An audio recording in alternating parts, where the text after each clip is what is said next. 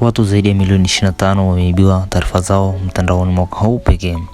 Simu yako, email yako, hadi namba yako ya benki, zote zipo hatarini. Je, uko salama?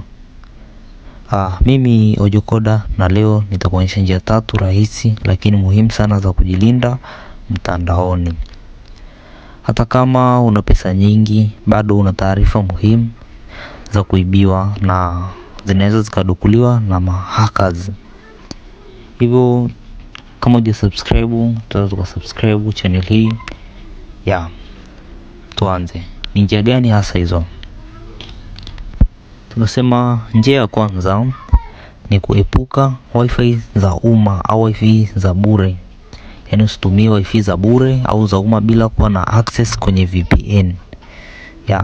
Unapounganishwa na wifi ya bure kama za vyuoni au mgahawani, mtu mwingine anaweza kuona kile unachoandika. Kama mmiliki wa wifi hiyo, anaweza kuona kile unachoandika, password zako, chats, hadi picha zako.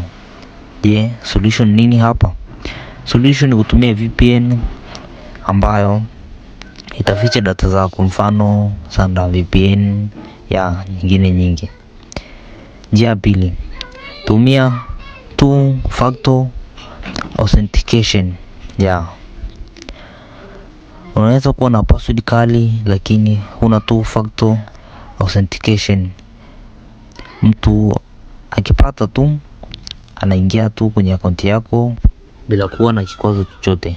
Lakini ukifunga two factor authentication, ataomba kodi ya pili inayokuja kwa mfumo wa SMS, na inasaidia kulinda akaunti za Facebook, Instagram, WhatsApp, Gmail